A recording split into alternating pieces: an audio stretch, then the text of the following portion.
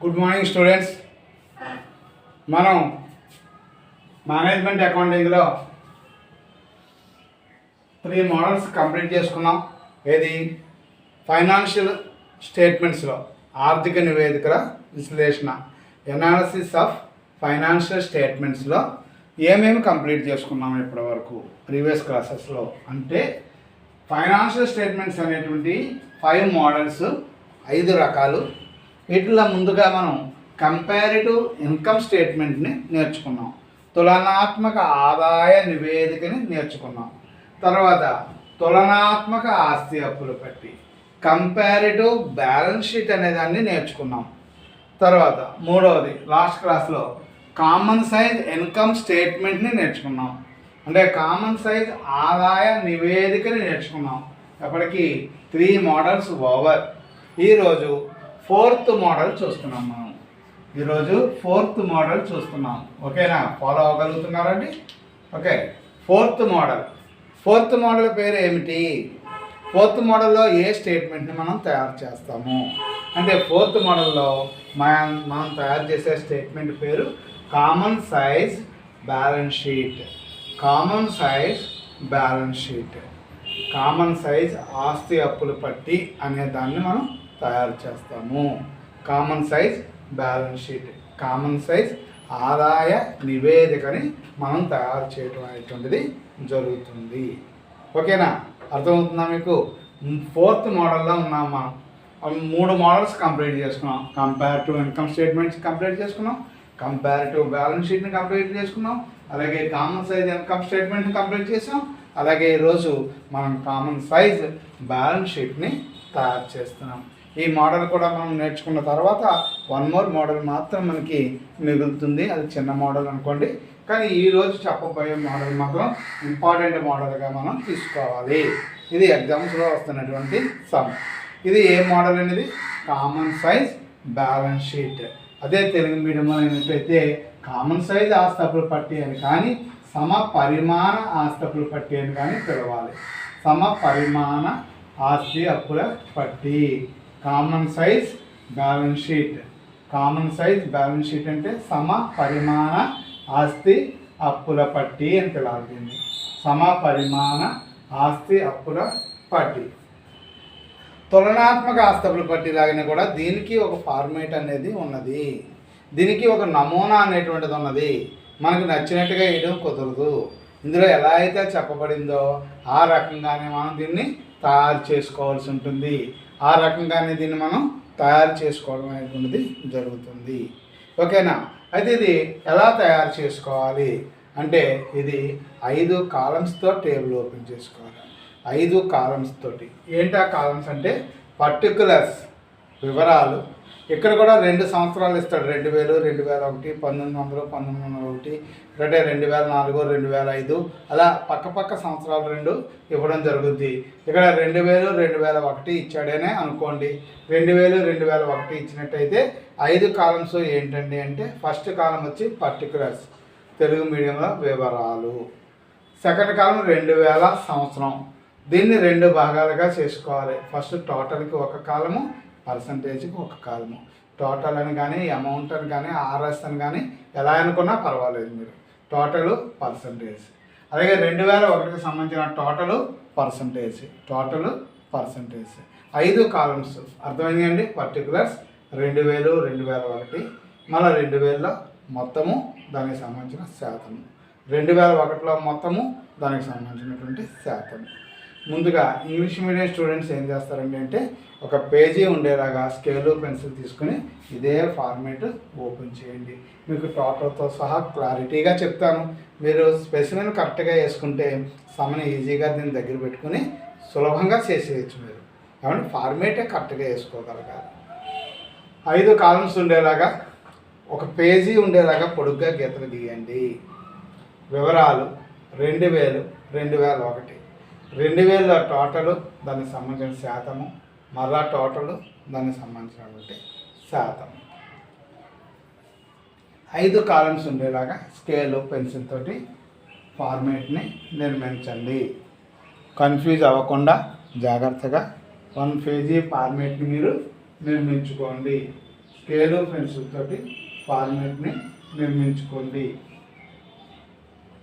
ముందుగా English medium students రాసుకోండి, తర్వాత తెలుగు మీడియం స్టూడెంట్స్ రాసుకుందరు. కానీ కన్ఫ్యూజ్ వద్దు ఫార్మేట్ దగ్గర. ఈఎంఐలు గీతలు గీశారండి, అవును, పర్టికులర్స్ గీశారు. 2000, 2001 మొత్తము శాతం.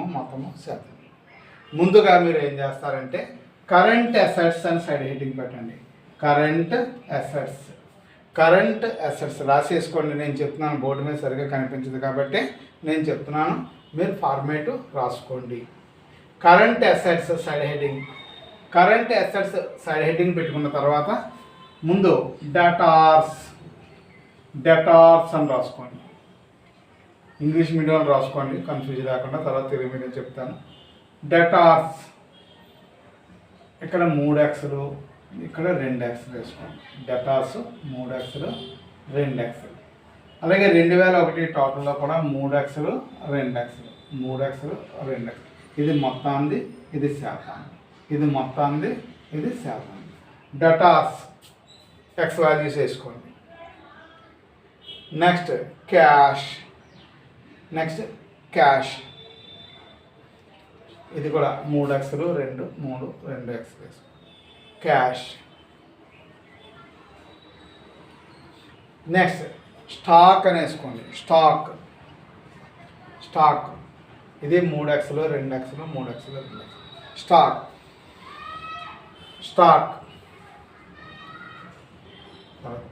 ఇన్వెస్ట్మెంట్స్ అని పెట్టుకోండి. ఇన్వెస్ట్మెంట్స్ 3Xలు 2Xలు 2X. ఇన్వెస్ట్మెంట్స్. అప్పుడు ఈ 4 కూడండి, ఇవి కూడండి. కూడండి అంటే ఎక్స్రేం కూడదు, మీకు తెలుసు కదా ఫార్మేట్ ఇది. 3Xలు 2Xలు 2X. దీని ఎదురుగా ఏం రాయాలంటే టోటల్ కరెంట్ అసెట్స్. ఆ పక్క బ్రాకెట్లో ఏ అని రాసుకోండి. ఇది ఫస్ట్ టోటల్ అన్నమాట. ఏ అంటే first total current assets. Next ఇక్కడికి వద్ద అయిందండి. నెక్స్ట్ ఫిక్స్డ్ అసెట్స్ అని రాసుకోండి. ఫిక్స్డ్ అసెట్స్ అని సైడ్ హెడ్డింగ్ పెట్టుకొని, ఫిక్స్డ్ అసెట్స్ అనేటువంటి సైడ్ హెడ్డింగ్ అండి. సైడ్ హెడ్డింగ్ పెట్టుకొని దాని దిగువ బిల్డింగ్స్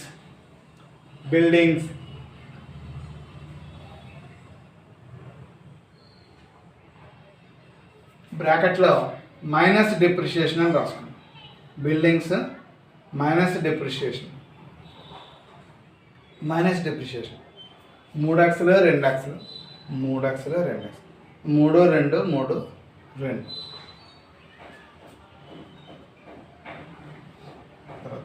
ల్యాండ్ 3 2 X. 3Xలు 2Xలు 2X. ల్యాండ్. నెక్స్ట్ ఫర్నిచర్ 3Xలు 2Xలు 2. ఫర్నిచర్.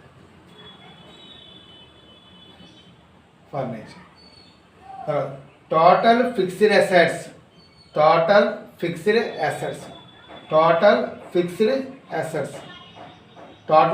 అసెట్స్.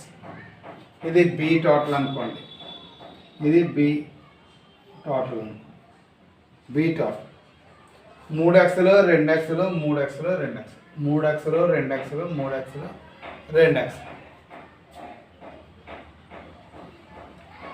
దీని టోటల్ ఇక్కడ ఇదిగోండి. ఇది దీని టోటల్ అర్థమవుతుందా?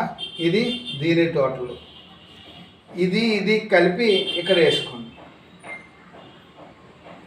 ఇది కలిపి ఇక్కడ. ఇది ఒక 5 లక్షలు, ఇది ఒక 6 లక్షలు ఉందనుకోండి. 5 6 11 లక్షలు. Xలు పర్సంటేజ్, మళ్ళీ 3Xలు, మళ్ళీ పర్సంటేజ్. మళ్ళీ దీన్ని ఇంకొకసారి టోటల్ చేయండి. ఇది టోటల్ చేసింది ఇక్కడ వేసారు కదా, దీన్ని మరొకసారి 2 గీతలు గీసి టోటల్ వేసుకోండి. 3Xలు 2Xలు 2X.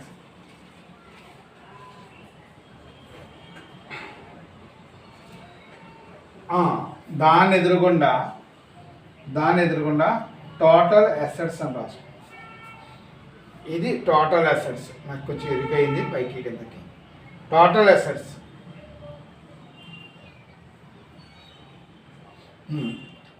అయినాయి కదా. నెక్స్ట్ కరెంట్ లైబిలిటీస్ అని సైడ్ హెడ్డింగ్ పెట్టుకోండి. Current liabilities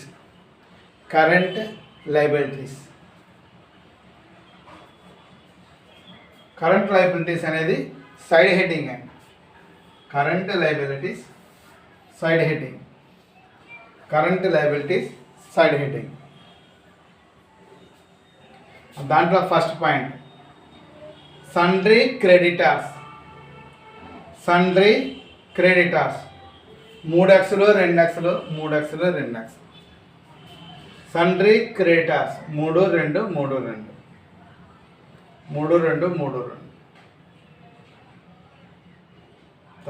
others 3x 2x 3x 2. Others 3 2 3 2. Others. అప్పటికి టోటల్ చేసేయండి. Total current liabilities. ఈ టోటల్ పేరు టోటల్ కరెంట్ లైబిలిటీస్. ఇవి 3x 2x 3x 2x. 3x 2x 3x 2x. Current liabilities 3x 2x 3x 2x.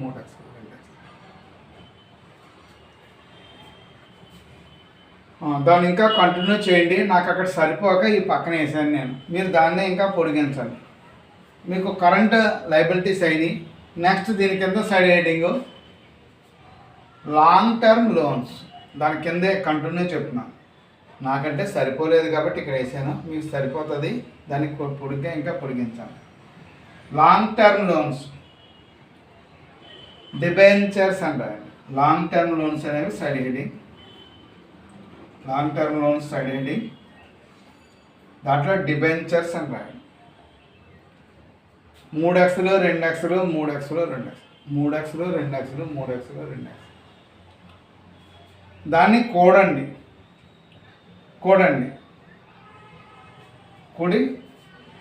Total long term loans. ఇది total long term loans. 3x 2x 3x 2x. 3x 2x 3x 2x.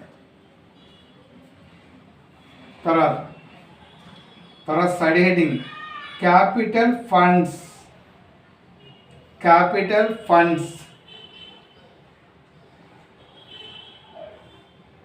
Capital ఫండ్స్లో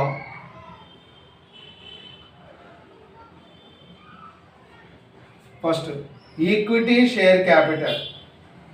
3x 2x 3x 2x. 3x 2x 3x 2x.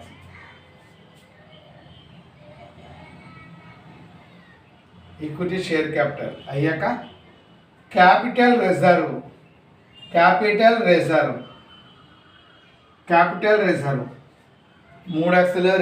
3x 2x. 3x 2x 3x 2x.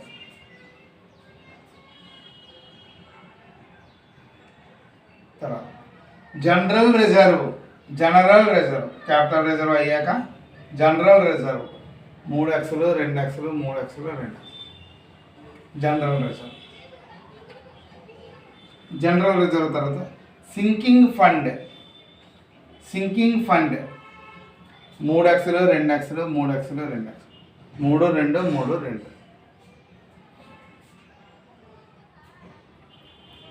అక్కడికి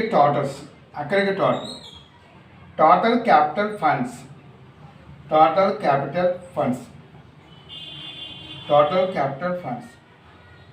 2x 3x 2x. 3 2 3 2. ఆ తర్వాత అండి ఈ current liabilities total, ఈ long term total, capital fund total అవి 3 calculator మీద కూడి ఇక్కడ వేసుకోండి.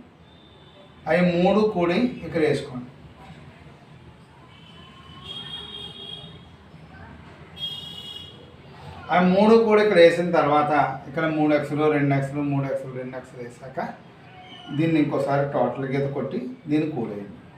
ఈ టోటల్ గీతని కూడేయండి.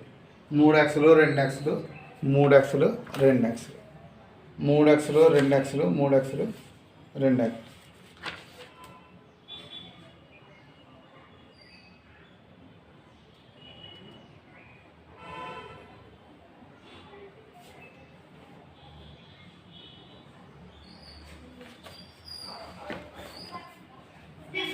అది total liabilities and capital fund.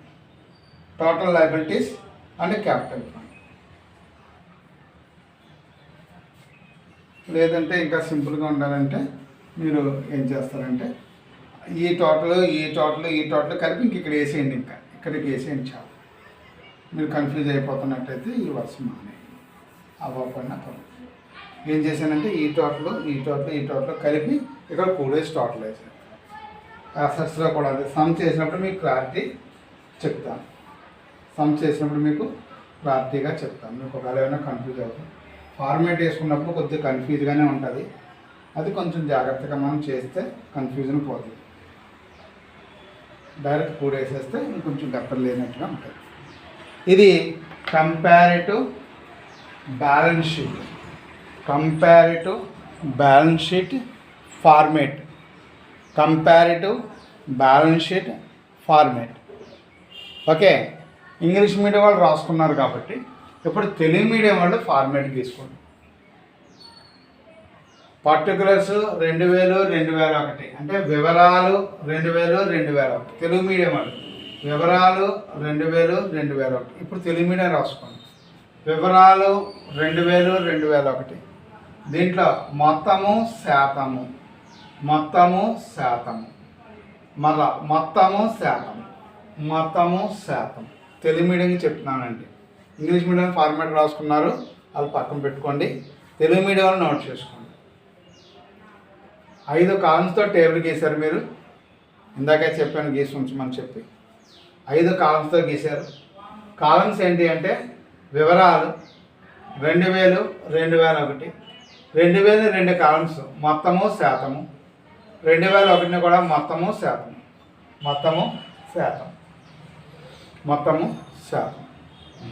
ఇప్పుడు ముందు ప్రస్తుత ఆస్తులు అని సైడ్ హెడ్డింగ్ అటండి. ఏమని పెడతారండి? ప్రస్తుత ఆస్తులు అని పెట్టుకోండి. ప్రస్తుత ఆస్తులు చెప్తున్నాను కదా, రాసేసుకోండి. ప్రస్తుత ఆస్తులు సైడ్ హెడ్డింగ్ పెట్టి దాని కింద రాసుకోండి. రుణగ్రస్తులు. ఫస్ట్ రుణగ్రస్తులు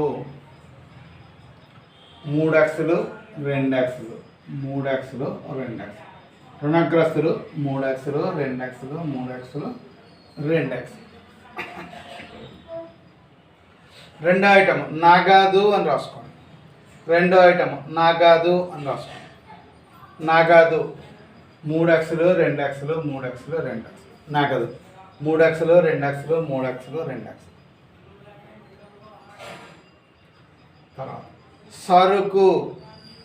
తర్వాత సరుకు అని రాసుకోండి. సరుకు 3x 2x 3x 2x. 3 2 3 2.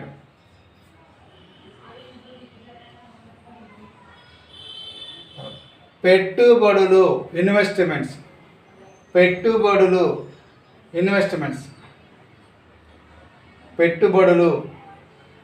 Investments. 3x 2x 3x 2x. 3 2 3 2. 3x 2x 3x 2x. పెట్టుబడులు 3x 2x 3x 2x. దాని కింద టోటల్ చేసుకో. అక్కడికి అలా టోటల్ చేసుకో. దాన్ని మొత్తం ప్రస్తుత ఆస్తులు అని రాయండి. మొత్తం ప్రస్తుత ఆస్తులు బ్రాకెట్లో ఏ అని రాసుకో. మొత్తం ప్రస్తుత ఆస్తులు ఏ అని రాసుకో. దాని తర్వాత అక్కడికి అది అయింది. నెక్స్ట్ స్థిరాస్తులు అని సైడ్ హెడ్డింగ్ పెట్టండి. స్థిరాస్తులు సైడ్ హెడింగ్ పెట్టి దాని దిగువన భవనాలు అని రాసుకోండి. స్థిరాస్తుల కింద భవనాలు బ్రాకెట్లో తరుగుదల పోను అని రాసుకోండి. మైనస్ తరుగుదల పోను భవనాలు బ్రాకెట్లో తరుగుదల పోను 3x 2x 3x 2x 3 2 3 2 3x 2x 3x 2x రెండో ఐటమ్ భూమి 3x 2x 3x 2x 3 2 3 2 3 2 3 2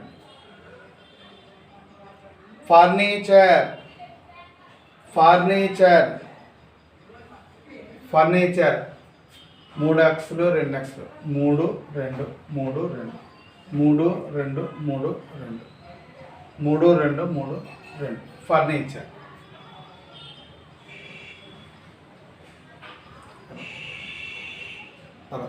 total fixed assets అంటే మొత్తం స్థిరాస్తులు అని రాస్తారు. ఇవి ఎక్కడ దాకా భూమి, అది ఫస్ట్ భవనాలు రాశారు, భూమి రాశారు, ఫర్నిచర్ రాశారు.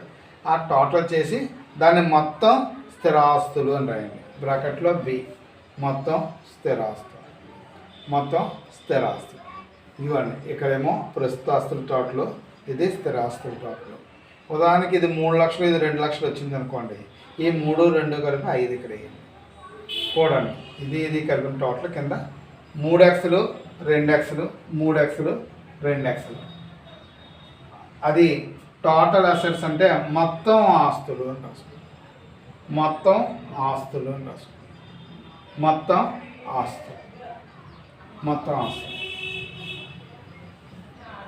తర్వాత కరెంట్ లైబిలిటీస్ అంటే ప్రస్తుత అప్పులు అని పెట్టుకోండి. ప్రస్తుత అప్పులు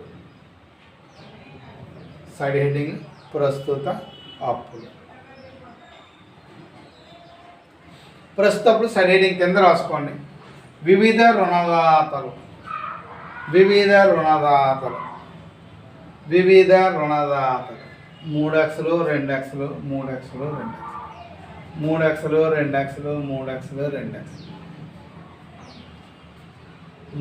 2 ఇతర అప్పులు 3x 2x 3x 2 3 2 3 2 3x 2 అక్కడికి అది కూడేయండి. అంటే ఈ టోటల్ కింద గీత కొట్టుకోండి. ఇది మొత్తం ప్రస్తుత అప్పులు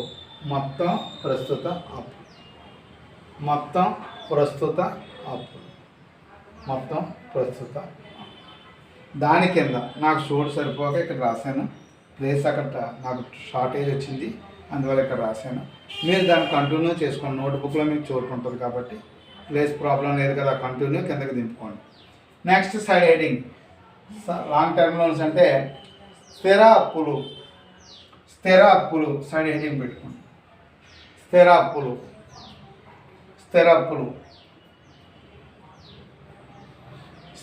సైడ్ హెడింగ్లో డిబెంచర్లు 3x 2x 3x 2 debentures 3x 2x 3x 2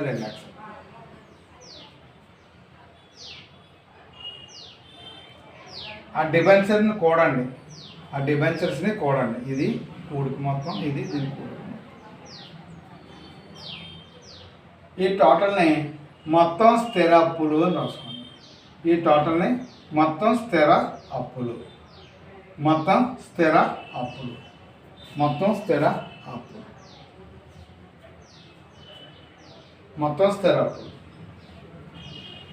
next capital funds అంటే మీకు వాటాదారుల నిధులు అని రాసుకోండి. క్యాపిటల్ ఫండ్స్ అంటే సడేది వాటాదారుల నిధులు.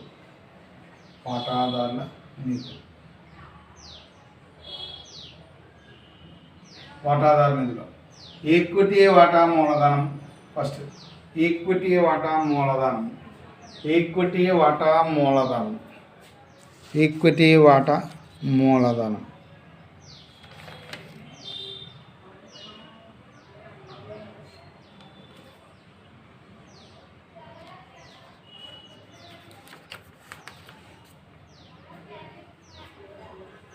వాటా మూలధనం. తర్వాత మూలధన రిజర్వులు. వాటా మూలధనం కూడా ఈక్విటీ వాటా మూలధనం. వాటాదారు నిధులను రాసుకొని ఈక్విటీ వాటా మూలధనం 3x 2x 3x 2x వేసుకున్నాక మూలధన రిజర్వ్ ఇది కూడా 3x 2x 3x 2x 3 2 3 2. సాధారణ రిజర్వ్. సాధారణ రిజర్వ్ 3x 2x 3x 2 3 2 3 2. సాధారణ రిజర్వ్. నిక్షేప నిధి. సింగింగ్ ఫండ్ అంటే నిక్షేప నిధి 3x 2x 3x 3 2 3 2.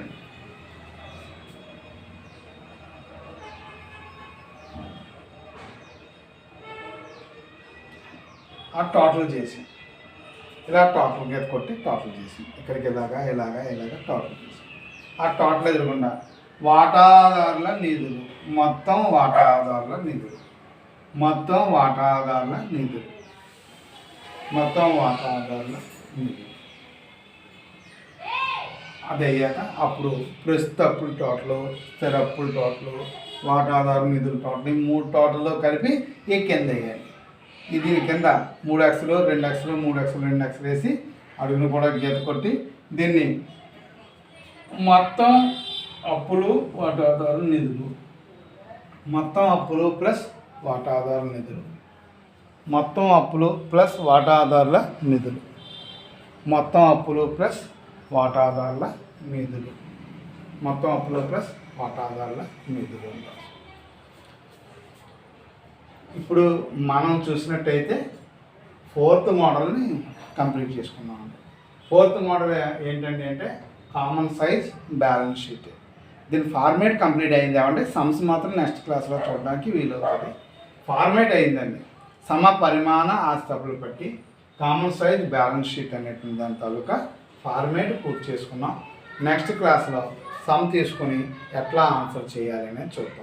ముందుగా మీరు అందరూ కూడా ఈ ఫార్మేట్ని త్వరగా ప్రిపేర్ అయ్యి ఉండండి. నెక్స్ట్ క్లాస్కి ఫార్మేట్ని బాగా చదివి ఉండండి. అప్పుడు మీకు సులభంగా సమాప్తం అవుతుంది. ఓకేనండి. Thank you.